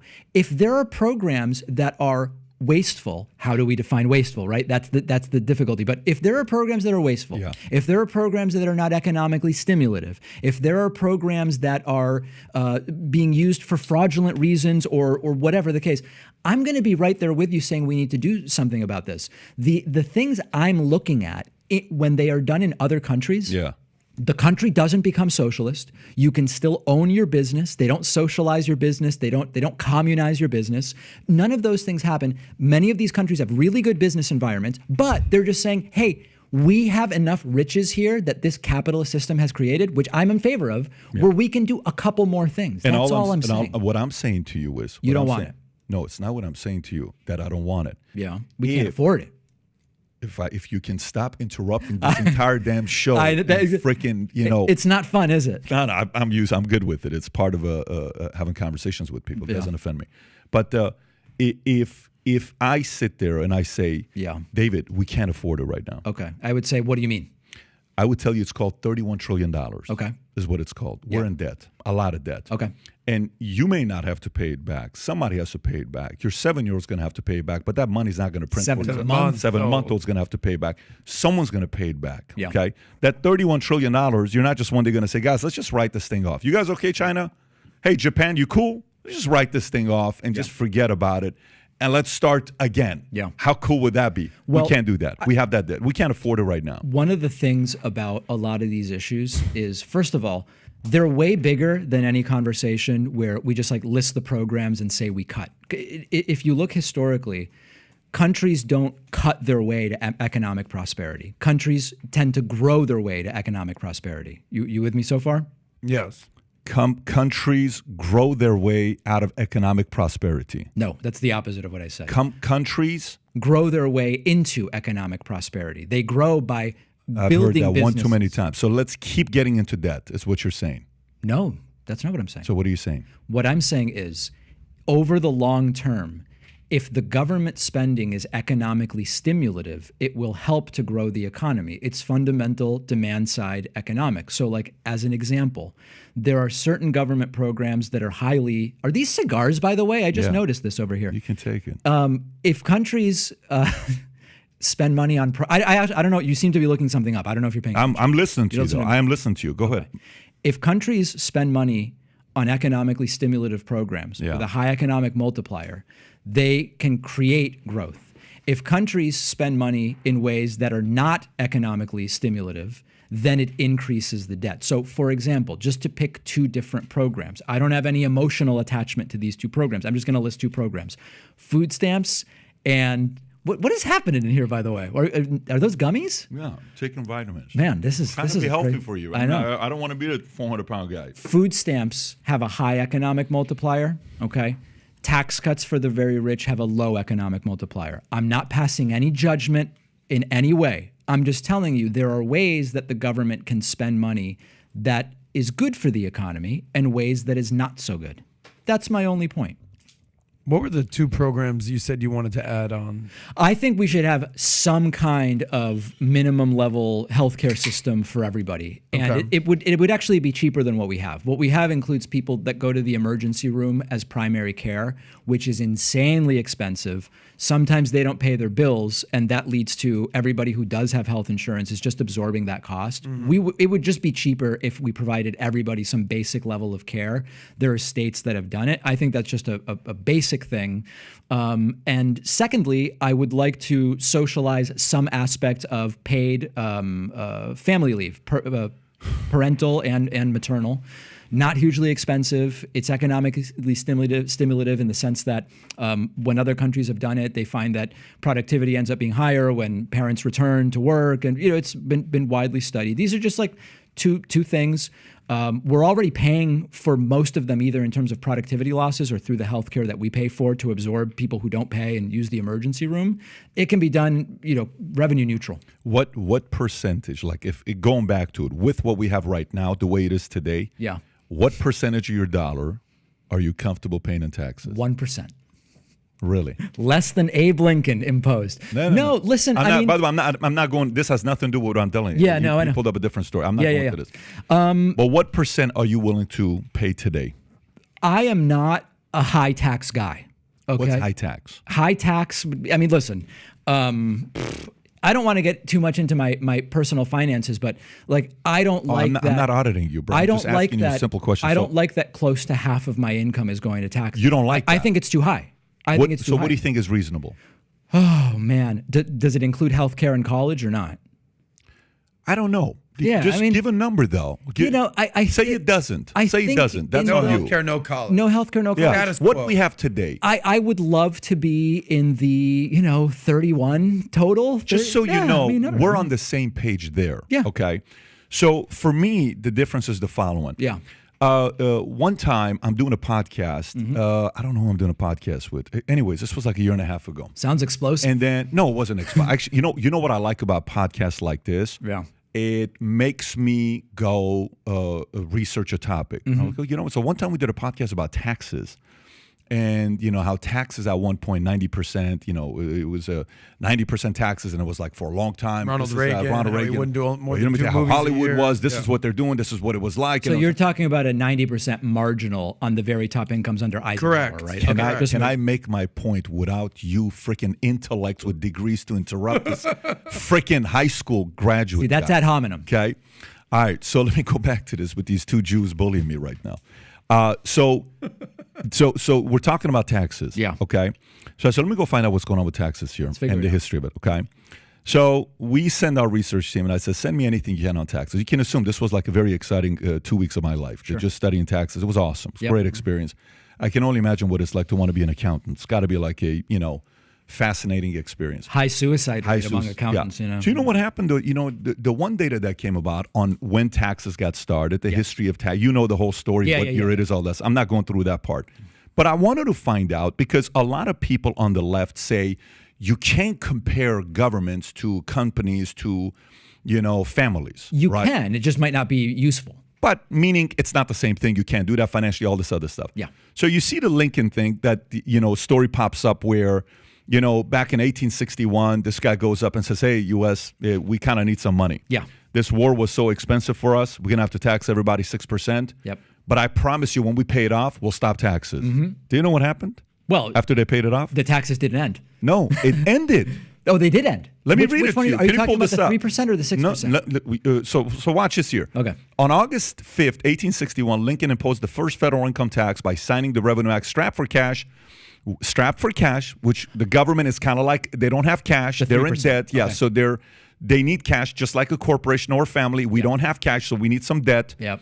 With which to pursue the Civil War, Lincoln and Congress agreed to impose a 3% tax on annual incomes over $800. As early as 1861, Lincoln had began to take stock of the federal government's ability to wage war against the South. He sent letters to cabinet members Edward Bates, Gideon Wells, and Salmon Chase requesting their opinions as to whether or not the president had the constitutional authority to collect duties. According to documents housed and interpreted by Library of Congress, Lincoln was particularly concerned about maintaining federal authority over collecting revenue from ports along the southeastern seaboard, which he worried might fall under the control of Confederacy. The Revenue Act language, Okay. According to the U.S. Treasury Department, the comparable minimum tax income in 2003, after adjustment for inflation, would have been around $16,000. Congress repealed Lincoln's tax law in 1871, which means there was no more taxes. But it came back up, obviously, in 1909. So this is an example of a story where we need some money. Mm-hmm. Let's go to the people. The people say, listen, here's some money, but I hope this stops. It's going to stop. So the moment we allow the government to use this power too much, they've abused it. Okay. And for me, my only argument is, if I have to choose between giving you $1 million, that's going to sound crazy, okay? I hope this doesn't get your head too big and you get too confident here. Please. If I give you $1 million or if I give $1 million to the government, I'm willing to bet you're probably going to create, a better climate with $1 million than the government would. And if I have the choice to give $1 million or $1 billion to creators, job creators, small business owners on what they can do as a source of investment, versus giving that money to the government, if there was a FICO score, if there was a FICO score, I don't know what your FICO score is, but you know the range. 400, very high, extremely high. 400 to 820, give or take, that's the number where it's at. If we had to give a FICO score to the U.S. government, what do you think their FICO score would be today? Yeah, but he needs polls. Give me the polling on that. No, listen, here, I mean, what you're saying is super interesting. Do you know the point I'm making now? Yeah, because I want to be clear. No, it's a clear point. And here's one of the things that I think I'm guessing we would probably agree on, which is when you think about the way that we organize society, this isn't politics. This is just like sociology, philosophy, kind of like reality. Once you get a group of people bigger than about 150 people, okay? If you want that to be run in some way that works, what we might define as works, you have to start introducing some level of centralization. That doesn't mean with 150 people, you need the tax system and everything that we have right now. But it's just kind of like a reality of organizing societies, that as societies grow from 150 people, and think about it, 330 million people now in the US, 8 billion people in the country, the idea that you have, which is, I'll just pick some people to give $1 million to instead of the government. It's that it just doesn't work. That's it. Some things have to be centralized. I'm having fun with you, buddy, when I'm telling you that. But the point I'm trying to make to you is the following. But the idea is an interesting one. No, but the it's point not. Okay. The point. No, it isn't interesting. The point I'm trying to make to you is that's how the U.S. government was ran. Yeah. The country you and I are living in. Yes. It was ran that way. Guys, we don't have money. We go to the people. I promise you, once we pay this off, we're going to stop taxing you. Yeah. And we accepted it, no taxation. So we're like totally fine with this. We're game with this. And then now it's pure abuse. We don't have a choice now like we did back then. Yep. It was ran like a company. It was ran like a family, having their finances in order. Today, America's FICO score is in the 400s. You know, in the 400s, what you should be able to finance? Nothing. I don't know. 60% down, 30% for a car. Oh, or it's something. at 400. Nina. It should be 100% down. But so what would you want? So you said you were with me on like low 30s for taxes. I am. Right? Okay, Yeah. yeah. So really, it sounds like the issue is more. I would want a flat tax. And what I'm saying, I would want a flat tax, meaning I'd like to go somewhere between 10 or 15 to 33. And a time to go to That's 30. not flat, is it? I get that. But what I'm saying is if America, like right now, we need to pay off debt, guess what? Yep. Tax me 33. Okay. But let's gradually pay some of the stuff off. I would like for them to say, we're going to go off a budget of 25% or 20%. The 13%, every year we're going to pay off the debt. Okay? But here's a problem. Yes. You know why that'll never happen? Well, there's a lot of reasons. I mean, I don't know. I'll give you my reason why. Because Congress people will never win on never that get type reelected. of So agenda. if we have no term limits, these guys are going to play whatever games to. You're for term limits. Are you kidding? Oh, me too. Oh, Absolutely. you kidding me? Yeah, absolutely. Guys, we just found some common ground with David No. Pakman and Patrick David. Term limits on the agenda. My challenge isn't my challenge is we're giving money to people that have proven they have no clue what to do with it and the debt keeps climbing. Now, when it comes to like social safety net, right? Can I tell you my view on this stuff and you tell me if you agree, right? I moved to the US as an immigrant. Okay. I had the benefit, if my parents had to pay for my initial schooling, like if they had to pay out of pocket for elementary school or whatever the case may be, my mom wasn't working at the time, my dad was just starting a job where he didn't make a lot of money. They couldn't have afforded if that public school said, we're going to charge you, right? So I immediately got the benefit of that. Follow along, right? I got the benefit of police protection and then eventually all these different things, contracts. So when I started my show, intellectual property. So the way I see it is I've been extraordinarily fortunate to be able to build my business and get to where I am thanks to a whole bunch of things that everybody paid for through taxes. So my view now is but let me finish up. I'm also okay. Like I recognize, I've got these great employees. Many of them had public school educations, and they have certain protections when it comes to safety in the work. All these different things. You should be able to do all that with no more than 30%. Well, no, I'm not even getting to 30. Yeah. But so I feel it's almost like a patriotic thing where if taxes are properly set and being spent on the right things, I think now my success, which only exists because of previous taxpayers through all those programs I mentioned, it should go to help other people who don't have enough. That's the wrong mindset, in my opinion. Okay. And let me tell you why I think it's the wrong Please, mindset. tell Because, okay, you ever had a job? Have I ever had a job? Yeah. Well, yeah. No, you don't have a job right now. You're a business owner. Have you had a job? Oh, yeah, working yeah. for a corporation? Yeah. Okay. Were you there for 5 years? Like, did you work for a company for 5 years? Yeah, I mean, this is kind of funny, but I worked for the now defunct retailer Circuit City for 5 years. Really? Yeah, selling extended They service pay plans. very well, but I don't know when you worked, but In they the were commission paying very era, well in the commission I era. got laid off when they went from commission to hourly. Yeah. The people who were making too many commissions, Yeah. they didn't want to pay us hourly. They laid us off. Check this out. Okay, so let me see if what year was it you were working at Circuit City? It ended in 2003, so it would have That's been like the era. Yeah. By the way, can you tell everybody how much a good salesperson at Circuit City was making? Well, If you remember, because I had. I'm willing to say this. I worked part-time because I was like starting college. Check this out. 30 hours a week. Yeah. And I was making $75,000. That's insane. Yeah. At Circuit City. Yeah. Okay.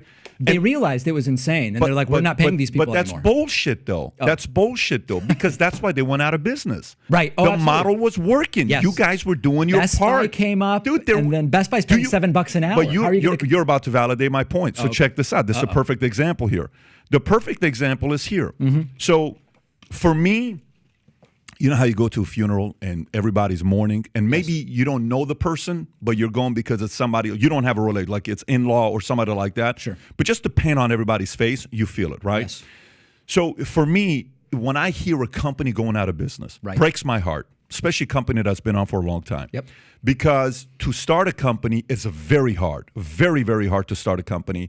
To make it last past 5 years, super hard. Right. 10, 20, 30 years.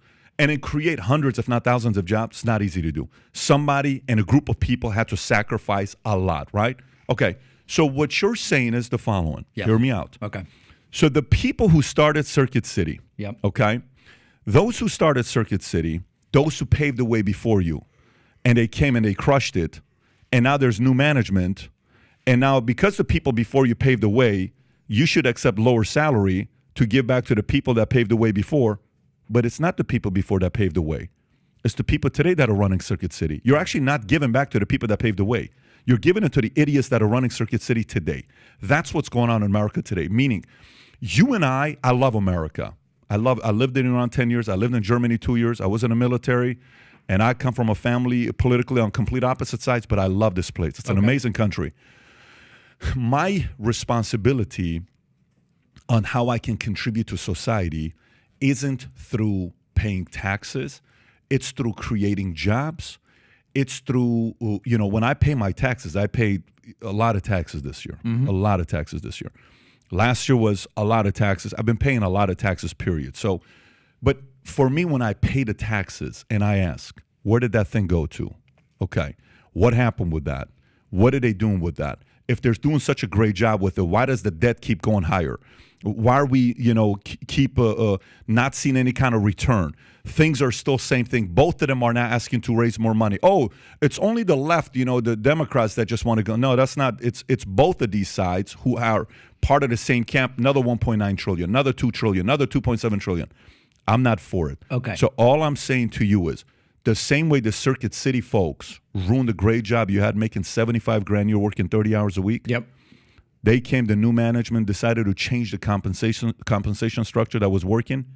That's the perfect example of how Circuit City went out of business. Same thing that a lot of politicians are doing today. Yeah, it doesn't seem at all analogous to me, but I love talking about selling extended service plans, so we can stay on Circuit City if you want. But in all seriousness... It doesn't seem analogous to you. It doesn't really seem analogous. Oh, really? So to let me ask you a question. Why did Circuit City go out of business? Well, let's see. I'm thinking back now. They went out of business because when they switched people from commission to hourly, they got rid of the people that were doing really well because they didn't want to pay us the hourly equivalent. Oh, wow. So they got rid of the entrepreneurs. They got rid of the...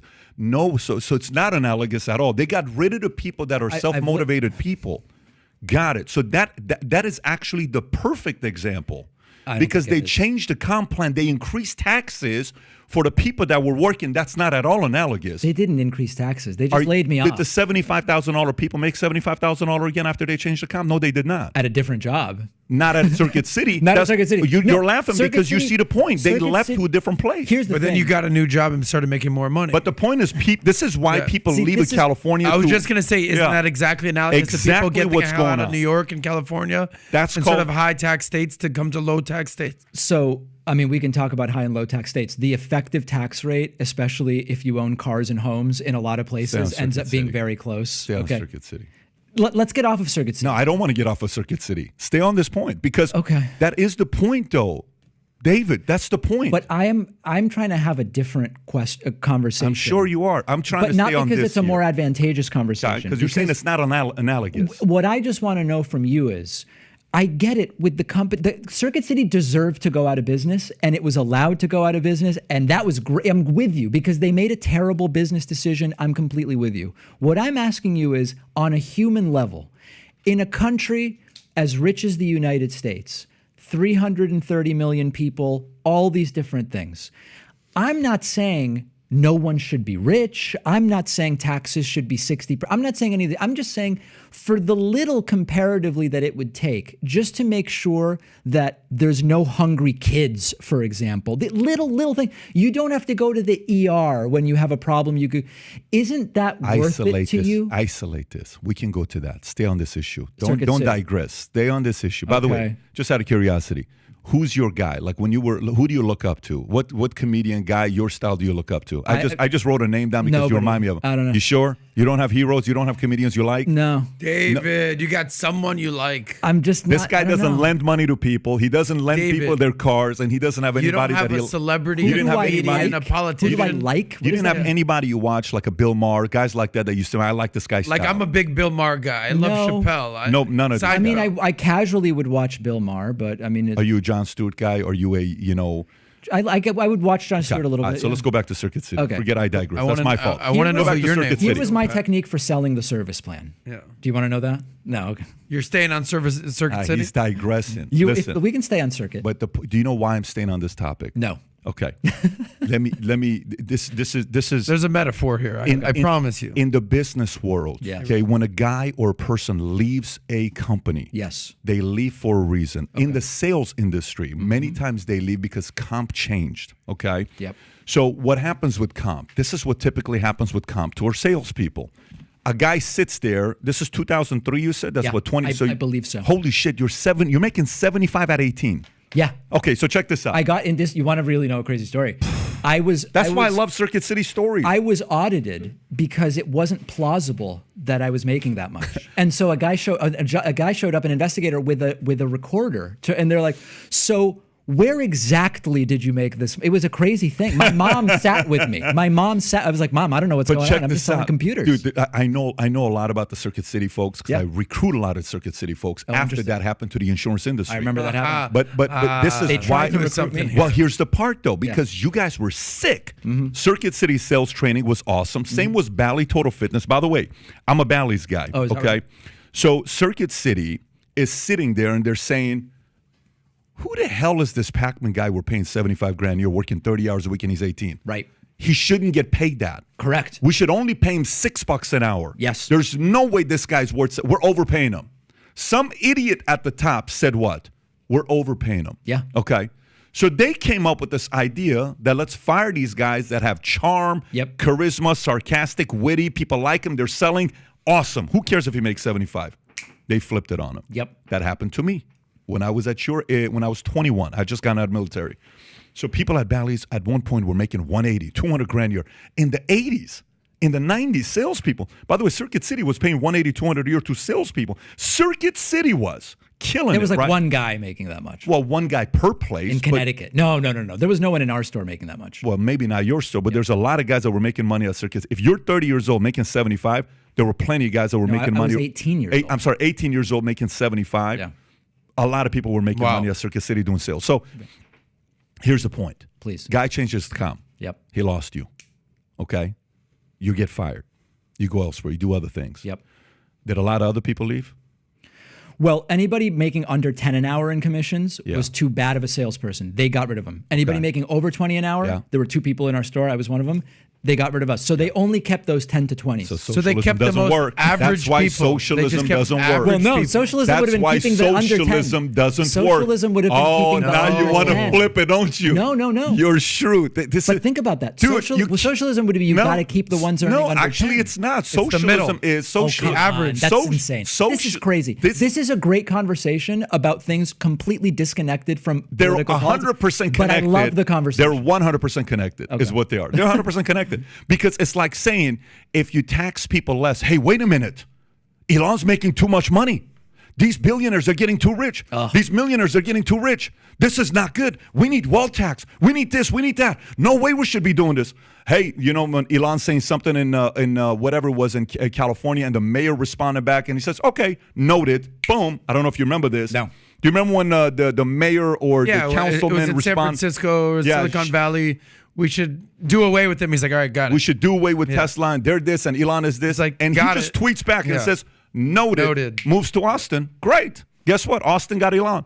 A lot of people, Florida got a lot of great talent. Texas got a lot of talent. People leave when you change comp plans. I'm sitting here giving you the example of where taxes are good. 33, we're on the same page. Okay. I'm willing to go 33. You're saying 30, 31, which you're a little greedy. I got to tell you. Well, you're listen, a greedy socialist. This is so. First of all, come on. Yeah, okay. But are you an Elon fanboy?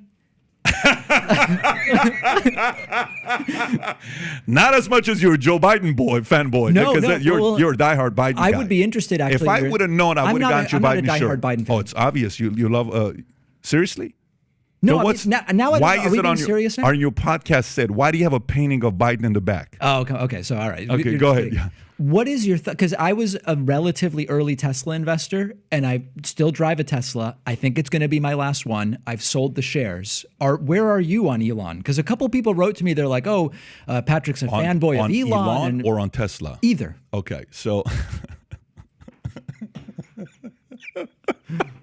Can I take a sip? Yeah. Is that an energy drink now? It is owned by Tesla, by the way. It's Elon's drink. No, it's not. I don't. But by the way, while he's drinking this, why are you done with Tesla? Why is this your last Tesla? The reason, and are you a not Elon Musk fanboy? Are you anti-Elon? I have no emotional thought whatever about Elon. Okay, so here was my thought. Okay. When I got the Tesla shares in 2015, I thought electric's coming, early mover, range and charging network are the things that matter. Mm-hmm. This is going to set them up. Yeah. It's going to be crazy. So I bought the shares. Eventually, I got one of the cars. I was like, this is fantastic. When did you buy shares? When? 2015. 2016, February 2016, I think it was. So I get the car. I'm like, unbelievable range, fantastic. The charging network, all this stuff. The build quality kind of sucks. Everything's rattling. There's things that are held together, it seems to be by tape. But that's okay. I get it. They haven't been building cars very long. It's gonna improve. It's gonna improve. Got the second Tesla. Better build quality. Still, it's the same issue 4 times now. Every time, it's literally something that has to be ratcheted, has to be taken apart. Now, the other companies that, let's be honest, Audi builds better cars than Tesla. They've been doing it for 100 years. Yeah. They don't rattle, etc.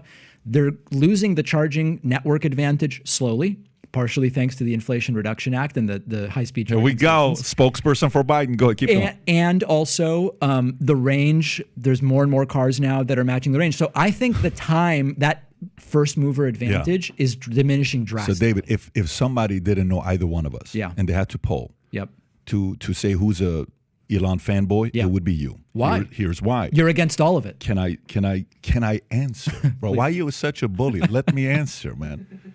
1, I've never owned a Tesla. Okay. 2, I don't own Tesla stock. I've never bought Tesla stock. Okay. Because I thought it was always overpriced. Wow. Okay. But here's what I will tell you. Please. As a jockey, I'm a fan of the jockey. Him being the jockey. The business, I thought Tesla, too many people who were fanboys who thought that it's just because it's him, it's going to kill it. It's down 85% for the year. Good By thing the way, I sold. But the point is, it's at the right number right now. Probably. It's around the number it should be, give or take. Maybe it's still not at the number it needs to be. Yep. But long, if it's a long investment, I think it's a good long investment. I think a lot of people got killed last year. By the way, a lot of people made money last year as well. Citadel, Ken Griffin made $16 billion last year. You don't make $16 billion during a flat economy or even slightly down. You make it because you were shorting certain stocks. And some of the famous stocks to short last year, hence the company and the boy you love the most, your guy Elon Musk. Okay, he's not my guy. Well, listen, on paper, what he's done, you're a fanboy. I'm out of the stock, and I'm getting out of the car. So you're an ex-fanboy is what you are. It's okay. I mean, there's nothing wrong with that. The product had a specific advantage. I've never been a fan of the product. I've never been a fan of the product. I've never been one that has gone. And by the way, one of my best friends, every time he named his son Elon. Wow. Okay, that's qualified. Okay, he owns Teslas, stocks, all of it. Yeah. Total fan of that stuff. I'm not that camp. Yeah. What I do like is the following. Just so you know, when you leave this place, you best say thank you to Elon. Okay. You owe him a thanks. Okay. A big thanks. Have you enjoyed the session we've had today together? Yeah. Is this a good day for you? Yeah. I mean, listen, I don't know that. I think we talked past each other a lot. Okay. And things that are not actually disagreements were zoomed in on. And I think we would actually get along on 80% of stuff if the conversation was not for television, potentially. Did you watch Kyle's show when Kyle and I were together or no? I watched some of it. Okay. You know how much fun I had with Kyle? No. Just the same way I had a lot of fun with you. I have no idea how much fun. By the way, if you told me you are willing to come back next month, you're on next month. Okay. I enjoyed this. So you don't, one thing you need to know with you me. Should I don't look at comments anymore. Yeah. The comments on this from your audience are going to be brutal. I'm going to need a new therapist. I actually think they like you a lot as well. Okay. Trust me. And here's why though with our audience. The reason with our audience is because we like people like that to come. We don't want, by the way, you know who's going to be on Thursday? You ready for this one? I don't know. Like the complete opposite of you. Let me guess. It's going to be Ben Shapiro. Is it?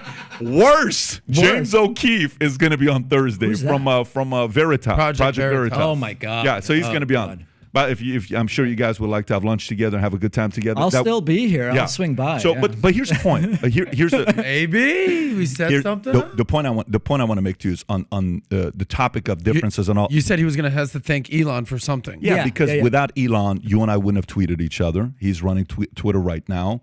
What are you talking about? We tweeted each other last year. I know we did, but Oh. you know, again, from What the does that have to do with Elon? it's a connection we have through Twitter that he's running now. He's the There's a CEO form of of a Twitter. A connection. year ago, it had nothing It to doesn't do with matter, him. man. I'm giving this guy Okay. credit because See, you and it's That's a fanboy fanboy. to find a reason to thank Elon for something I'm from a looking. year. Listen, I have a Let's do a thankful poll right attitude. now. I'd like to find reasons to be thankful That's for fair. people. Rob, do a poll Yeah. right now. Who is a bigger Elon Musk Dude, fanboy? there David is Pakman no way. Or Patrick Bet-David? But if you want to say like in an area that I believe in what he's going to do as a jockey, Okay. yeah, I believe in him as a jockey. So if I'm on a long anything, I'm on a long what he's going to be doing investment. By the way, I really appreciate the metaphor that you're using right now of the horse versus the jockey. The horse Yeah. in this instance is He's the company jockey. of Yeah. Tesla. I'm a believer of the That's jockey. he's an riding the analogy horse. I agree with. That's an accurate Guys, we are analogy. finding common It's ground funny. here in PBD Podcast. No, the with David other Pakman. This analogy is of happening. Circuit City you didn't believe in is The Circuit City did have a little.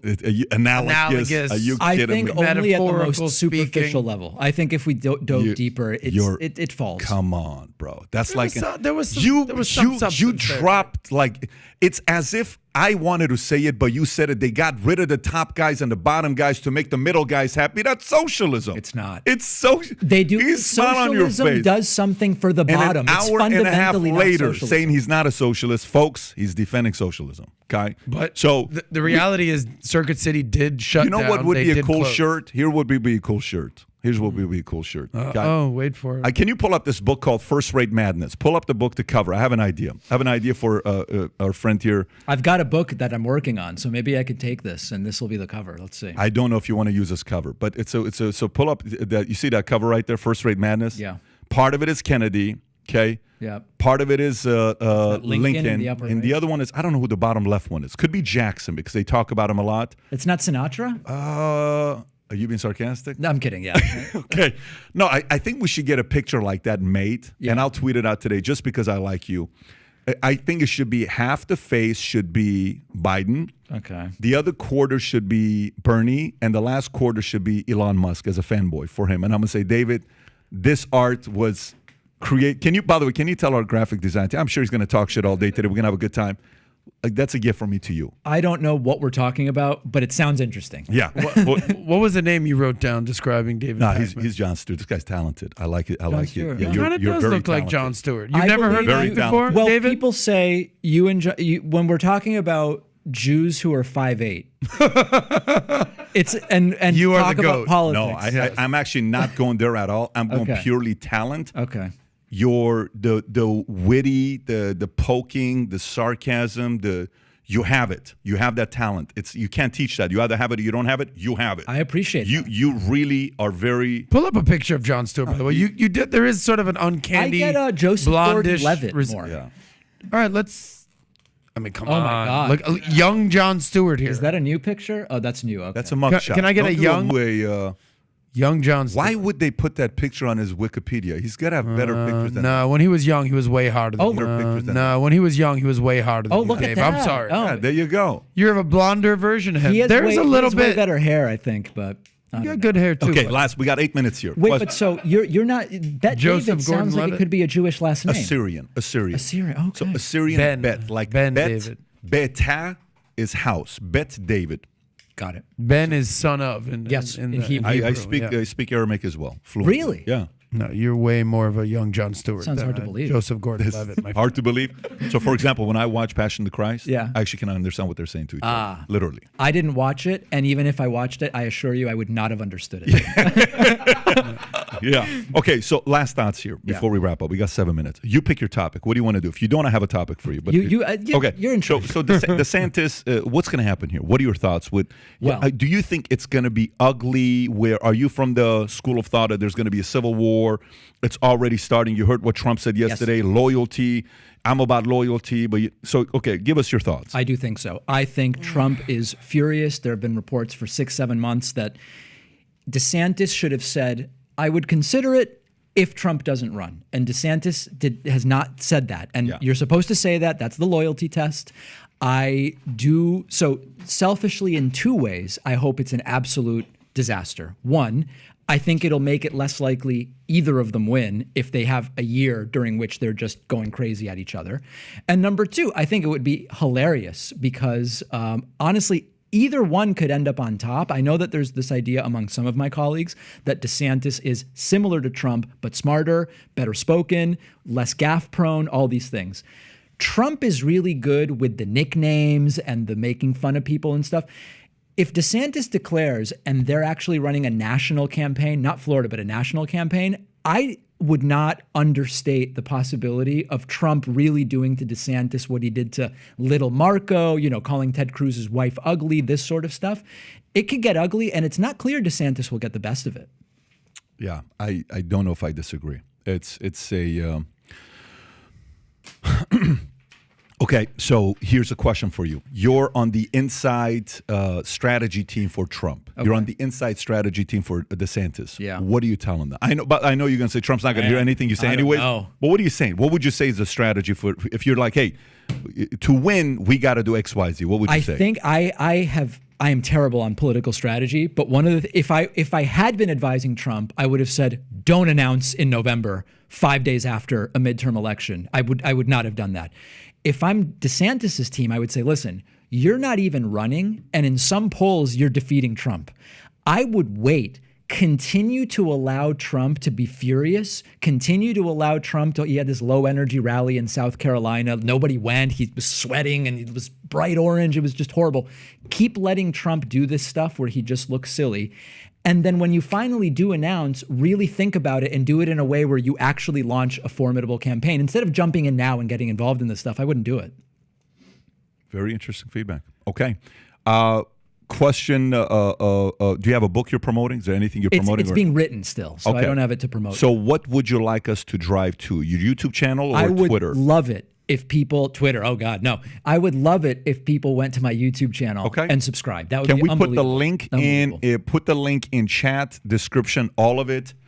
And David, you have to know, I can't wait to have you the next time around. I can't wait and to have be different back. kind of conversation because I think the next one's going to be better than this one because now we kind of have an idea. Now we know each other, and I can come prepared. We can talk energy drinks, cigars, and supplements. Yeah. Yesterday we're like, so what are we going to talk about tomorrow? I said, listen, this guy's an expert on private equity. We're going to talk venture capital. Yep. And we're talking GPT is what we're going to talk about with him. I was like, what are you talking about? This guy's not that guy. I said, anyway. Oh, the other David Pakman. No, I'm talking about you. We were joking about it yesterday. Because there is a David there Pakman. another David Capital. Yeah. I know there is. I know there is. Well, we must take him down. Did you think he was showing up today? No, God. he's Oh, joking. kidding me. I know it's you. I've been invited to Bitcoin No. conferences, and I'm like, I know you're looking for the other guy. I should accept this. You should have accepted and go on stage and say, let me tell you about your fanboy Elon Musk and just call everybody up. Coins I told Pat, I don't know if you're joking right now, but we're going to spend 2 hours talking about politics, Trump, socialism, Bernie, Biden. Yeah. And I was proven correct. Yes, you were. By the way, shout out to Circuit City for making you the man you are today. Thank you. Yeah. No, in all seriousness, I talk with my Circuit City colleagues. It threw me at age 16 when I started, or 15, into a situation where people would come in, all sorts of different types of people. I immediately have to build rapport. I immediately have to figure out how to build a relationship, get them to trust me, etc. How to talk, think on my feet. It was invaluable, even in what I'm doing today. It was just an unbelievable thing. And it ended, sadly, with, as we know, they fired the top people. Well, gang, if you enjoyed today's podcast and you want us to bring our buddy here back, give it a thumbs up and subscribe to the channel and share this. I think the audience wins today. Then when there's banter, there's disagreements, there's arguments, you sit there and you're like, I like what he said. I agree with him. Pat got this wrong. He got this wrong. Whatever. You win. You got the argument. We just had a conversation together. We're all winners. Have a great day, everybody. We'll do this again on Thursday. You're all winners, like he said. All winners. Whether you're at the bottom, the top, or the middle, you're all winners. Take care. Bye-bye. Everyone gets a trophy. Yeah. Exactly.